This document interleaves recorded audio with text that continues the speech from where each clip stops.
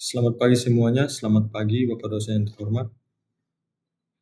Perkenalkan nama saya Kendi Esa Putra Novembri Bapak dari program studi Sistem Informasi Strata 1 kelas A. Di sini saya akan menjelaskan tentang rancangan sistem informasi yang saya ambil tentang program studi Rumah Budaya Alor. Rancangan saya di sini ada beberapa item. Yang pertama use case, yang kedua activity diagram, yang ketiga sequence diagram, dan yang keempat class diagram. Tujuan saya mengambil sistem informasi Rumah Budaya Alor ini karena dari yang saya amati bahwa Alor memiliki beragam macam budaya, tradisi, tetapi kekurangan sebuah platform, sebuah sistem informasi untuk menampung dan memfasilitasi budaya-budaya tersebut. Sistem informasi Rumah Budaya Alor ini bertujuan untuk melakukan transaksi jual beli terkait dengan produk budaya Alor. Ada beberapa produk, yaitu yang pertama bisa pakaian adat daerah, makanan khas daerah, atau karya kerajinan dari orang-orang daerah yang melambangkan nilai budaya dalam suatu daerah di Kabupaten Alor. Kita akan masuk ke dalam penjelasan. Yang pertama use case. Use case ini memuat peran-peran dari aktor yang berperan dalam sistem informasi ini.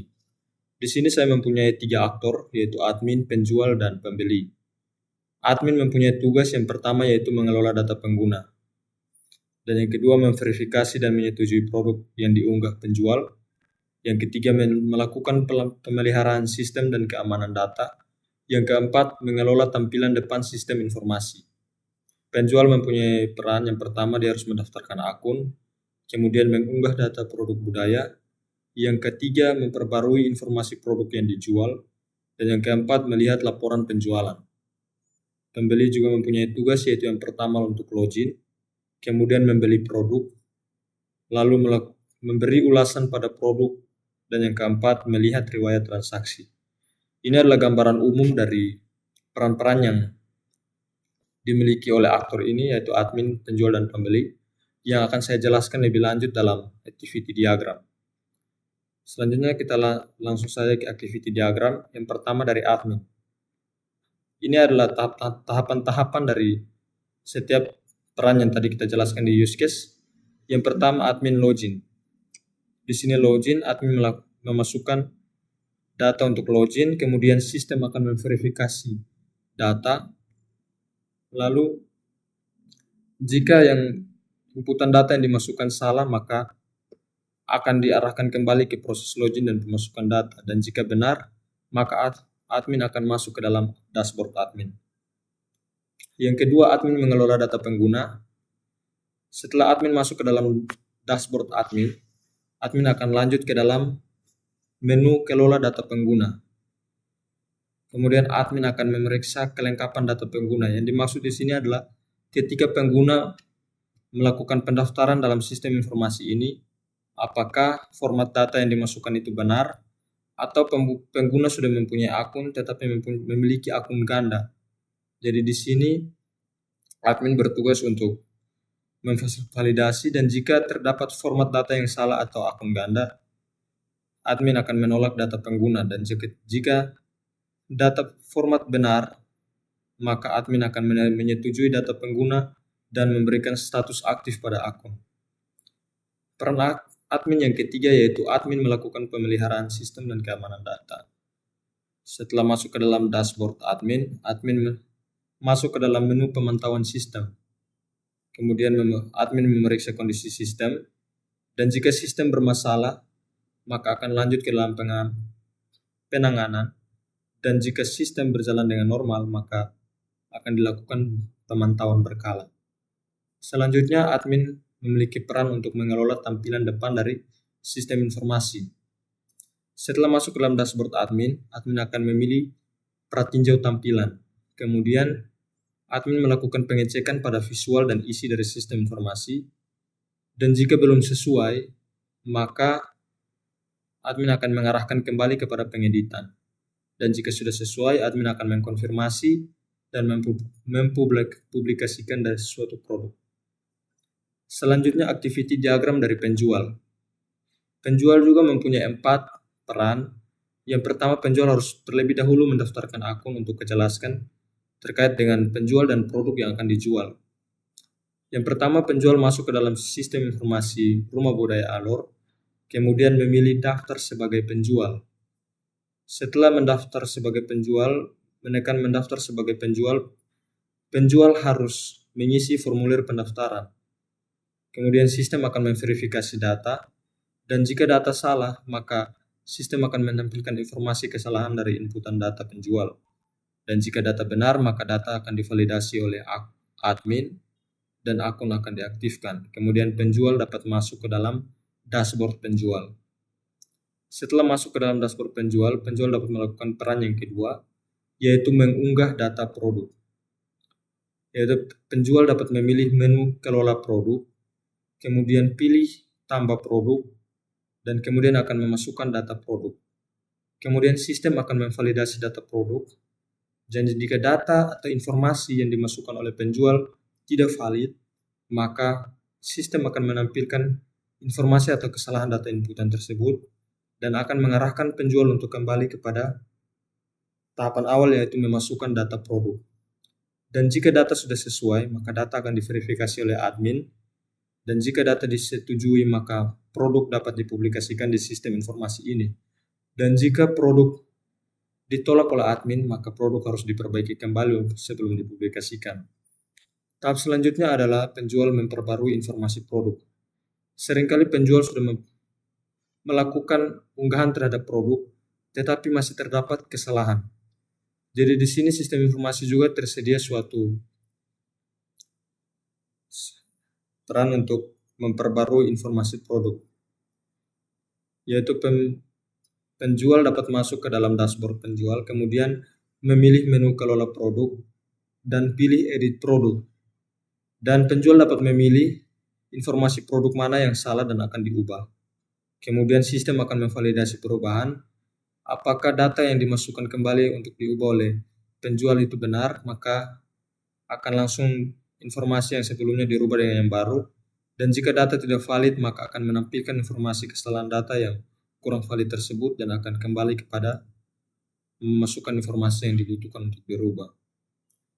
Peran dari penjual selanjutnya adalah penjual melihat laporan penjualan. Laporan penjualan di sini bertujuan untuk penjual dapat mengetahui progres dari bisnisnya atau produknya yang dijual, sehingga bisa menyiapkan rancangan atau strategi yang lebih baik lagi ke depan. Penjual dari dashboard penjual bisa memilih laporan penjualan. Kemudian dari laporan penjualan, pembeli juga bisa memilih periode laporan dari harian, mingguan, bulanan, atau dari kisaran tanggal sekian sampai ke sekian. Untuk penjual dapat melihat periode laporan dari hasil penjualan. Kemudian laporan akan ditampilkan pada dashboard penjual. Selanjutnya adalah pembeli. Yang pertama, pembeli harus mendaftarkan akun seperti yang lainnya. Pembeli masuk, memilih daftar sebagai pembeli. Dia harus membaca dan menyetujui syarat dan ketentuan. Syarat dan ketentuan di sini, teman-teman, ini bertujuan untuk ada juga data-data dari pembeli yang harus diambil oleh sistem untuk menampilkan produk-produk yang sesuai dengan minat pembeli, untuk menampilkan layanan sistem yang sesuai dengan minat pembeli, maka akan ditampilkan dalam syarat dan ketentuan ini. Dan jika pembeli menyetujui syarat dan ketentuan, maka pembeli dapat melanjutkan ke mengisi formulir pendaftaran. Sebagai hanya ini, syarat dan ketentuan ini adalah privasi dan tidak akan disebarluaskan. Hanya bermaksud untuk menampilkan informasi atau pelayanan sesuai dengan keperluan pembeli. Kemudian sistem akan melakukan verifikasi data, dan jika data benar, data akan divalidasi oleh admin dan akun dari pembeli akan diaktifkan. Kemudian akan langsung masuk ke dalam dashboard pembeli. Dan jika data salah, maka sistem akan menampilkan informasi kesalahan dari inputan pembeli dan mengarahkan kembali kepada mengisi formulir pendaftaran. Kemudian selanjutnya pembeli dapat memilih produk. Itu dilakukan pertama dengan login, kemudian mencari produk yang diinginkan. Setelah pembeli menemukan produk yang diinginkan, dia dapat menambahkan produk tersebut ke dalam keranjang belanja. kemudian membuka halaman keranjang, dan memilih metode pengiriman dan metode pembayaran. Lalu pembeli dapat melakukan pembayaran. Dan jika pembayaran berhasil, maka transaksi akan dilanjutkan dan barang akan dikirimkan. Dan jika pembayaran gagal, maka pembeli akan diarahkan kembali untuk membayar. Selanjutnya, pembeli juga dapat memberikan ulasan terkait kepuasan terhadap suatu produk. Pembeli login untuk masuk ke dalam dashboard pembeli, kemudian memilih menu riwayat pemesanan. Pembeli lalu akan memilih pesanan yang sudah selesai, kemudian pilih beri ulasan. Rating, pembeli dapat memilih rating sesuai dengan tingkat kepuasan pembeli dari bintang 1 sampai dengan bintang 5. Kemudian pembeli dapat memberikan komentar terkait produk, tentang perasaan, tentang apa yang dirasakan terhadap produk lebih spesifik. Kemudian ulasan dapat dikirimkan dan ulasan yang dikirimkan akan ditampilkan pada halaman produk yang diberikan ulasan. Kemudian yang selanjutnya pembeli dapat melihat riwayat transaksi. Riwayat transaksi di sini sangat penting untuk pembeli dapat mengetahui barang-barang apa saja yang telah dibeli, maupun untuk mengecek pengeluaran harian, mingguan, atau bulanan. Tentu saja riwayat transaksi ini sangat penting, sehingga riwayat transaksi dimasukkan ke sini. Pembeli dapat memilih menu riwayat transaksi, kemudian memilih periode transaksi dan status transaksi. Periode transaksi di sini bisa berupa harian, mingguan, bulanan, atau kisaran tanggal dari tanggal sekian sampai tanggal sekian. Pembeli juga dapat memilih status transaksi yang sedang dalam proses atau yang sudah selesai. Kemudian sistem akan menampilkan daftar transaksi sesuai dengan filter yang dipilih oleh pembeli. Kemudian pembeli juga bisa mengunduh bukti transaksi. Selanjutnya kita masuk pada sequence diagram. Sequence diagram di sini saya buat gabung untuk pendaftaran akun karena menurut saya tidak ada beda jauh. Jadi di sini pembeli dapat menginput data pendaftaran berupa nama, email, password, pas foto, maupun informasi-informasi lainnya seperti pengguna dapat login sebagai pembeli atau sebagai penjual. Kemudian sistem akan mensubmit data dan memvalidasi. Kemudian jika data benar, maka data akan disimpan dan akan terdaftar sebagai anggota baru di database sistem. Kemudian registrasi akan sukses dan pengguna dapat login ke dalam form login sistem. Dan jika data yang dimasukkan salah, maka pengguna akan diarahkan kembali ke dalam form pendaftaran untuk menampilkan pesan kesalahan apa, dan pengguna akan diminta untuk menginput ulang data. Selanjutnya sequence diagram untuk admin. Yang pertama, admin akan melakukan login seperti biasa dan isi username, password, dan sistem akan memverifikasi. Jika verifikasi berhasil, akan masuk ke dalam dashboard admin. Dan jika username password salah, maka akan ditampilkan pesan kesalahannya di mana, dan admin akan diminta untuk mengisi kembali. Kemudian admin tugas selanjutnya yaitu kelola data pengguna. Itu seperti tadi di activity diagram, dia membuka menu kelola dan data pengguna, kemudian dia memvalidasi data pengguna. Dan jika data benar, maka divalidasi admin, maka jika data salah, ditolak oleh admin dan diperbaiki kembali. Selanjutnya dia juga untuk pemantauan sistem dan keamanan. Admin bisa membuka menu pemantauan sistem pada dashboard admin, kemudian periksa kondisi sistem. Jika kondisi normal, maka sistem akan dilakukan pemantauan berkala, dan jika sistem bermasalah, maka akan dilakukan penanganan terhadap sistem. Kemudian tahap selanjutnya adalah kelola tampilan depan. Admin dapat membuka menu pratinjau tampilan, kemudian dapat mengecek visual dan isi, dan jika sudah sesuai, admin dapat mengkonfirmasi dan mempublikasikan tampilan, dan jika belum sesuai, maka akan kembali kepada pengeditan. Ini adalah sequence diagram dari penjual. Yang pertama, penjual juga akan melakukan login terlebih dahulu untuk menampilkan data spesifik yang dibutuhkan, dan masukkan username akan diverifikasi. Kemudian jika verifikasi berhasil, maka akan masuk ke dalam dashboard penjual, dan jika username atau password salah, maka akan menampilkan pesan error, dan penjual akan tetap di halaman login dan akan diminta kembali untuk mengisi data untuk login. Kemudian jika sudah berhasil masuk ke dalam dashboard penjual, Maka selanjutnya penjual dapat mengunggah data produk, yaitu masuk ke dalam menu kelola produk, kemudian pilih tambah produk, dan jika produk yang dimasukkan valid, maka produk akan dipublikasikan, dan jika data produk tidak valid, maka harus diperbaiki.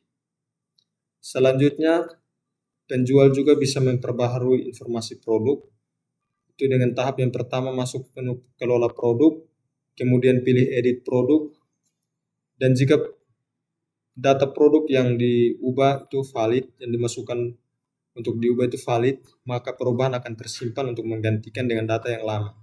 Dan jika data produk tidak valid, maka penjual akan diarahkan oleh sistem untuk memperbaiki data. Selanjutnya, penjual juga bisa melihat laporan penjualan untuk melihat progres bisnisnya, yaitu masuk menu laporan penjualan, kemudian pilih periode laporan, dan sistem akan menampilkan tampilan dari laporan sesuai dengan periode laporan yang dipilih. Selanjutnya, ini adalah sequence diagram dari pembeli. Yang pertama, pembeli harus login dengan memasukkan username dan password. Sistem akan memverifikasi data, dan jika verifikasi berhasil, maka pembeli dapat masuk ke dalam tampilan dashboard pembeli. Dan jika username atau password salah, maka akan ada tampilan error dan tampilan kesalahan inputan, dan pembeli akan diminta untuk menginput kembali data. Dan jika data sudah benar dan masuk ke dalam dashboard pembeli, maka pembeli bisa membeli produk dengan cara yang pertama mencari produk yang diinginkan. Kemudian pembeli dapat memilih metode pembayaran dan pengiriman, kemudian melakukan pembayaran. Dan jika pembayaran berhasil, maka transaksi akan dilanjutkan dan barang akan dikirim. Dan jika pembayaran gagal, maka akan mengulangi pembayaran.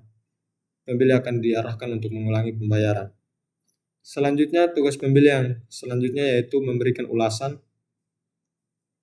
Pembeli dapat memilih menu riwayat transaksi, kemudian beri ulasan pada pesanan yang sudah selesai, untuk melihat kepuasan pelanggan terhadap produk dan apa kekurangan dari produk yang harus diperbaiki oleh penjual. Kemudian ulasan akan dikirim dan akan ditampilkan pada produk yang diberikan ulasan sehingga bisa dilihat oleh penjual dan pembeli yang akan membeli. Kemudian pembeli juga bisa melihat riwayat transaksi. Pembeli dapat memilih menu riwayat transaksi dan dapat memilih periode dan status transaksi, apakah masih dalam proses atau sudah selesai. Kemudian meminta tampilkan daftar transaksi sesuai filter, dan sistem akan menampilkan, dan pembeli dapat mengunduh bukti transaksi yang sudah ada. Selanjutnya adalah kelas diagram. Kelas diagram di sini ada yang paling utama yaitu pengguna. Pengguna ini terbagi menjadi 3, yaitu admin, penjual, dan pembeli. Di sini entiti dari pengguna sendiri ada nama, nomor telepon, email, password, peran. Ini adalah data pribadi yang dimasukkan ketika pengguna melakukan daftar akun. Kemudian ada fitur login, logout, atau ubah profil untuk menampilkan data-data pribadi yang ingin ditampilkan.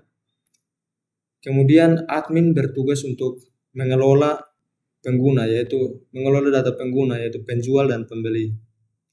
Di sini admin dapat memverifikasi setiap produk yang diupload oleh penjual.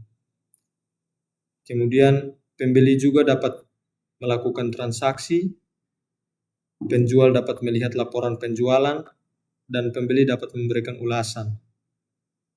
Dan ini transaksi dan detail transaksi untuk dapat dilihat oleh pembeli.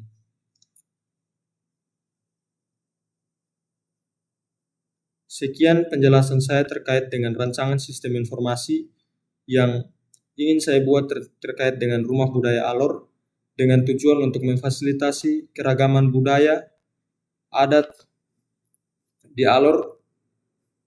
Saya harap bahwa rancangan sistem informasi ini suatu saat dapat terwujud dan dapat meningkatkan nilai budaya, sehingga orang-orang muda dapat menjadi orang-orang yang cinta akan budaya lokal dan tidak melupakan budaya dari nenek moyang. Sekian penjelasan saya terkait dengan rancangan sistem informasi Rumah Budaya Alor. Saya Kendi Esa Putra Novembri Bapa, izin mohon diri. izin undur diri. Sebelum itu saya mengucapkan selamat Natal dan Tahun Baru kepada Bapak dosen. Terima kasih Bapak telah mengajarkan kami selama 1 semester. Semoga Tuhan memberkati Bapak dan keluarga. Terima kasih.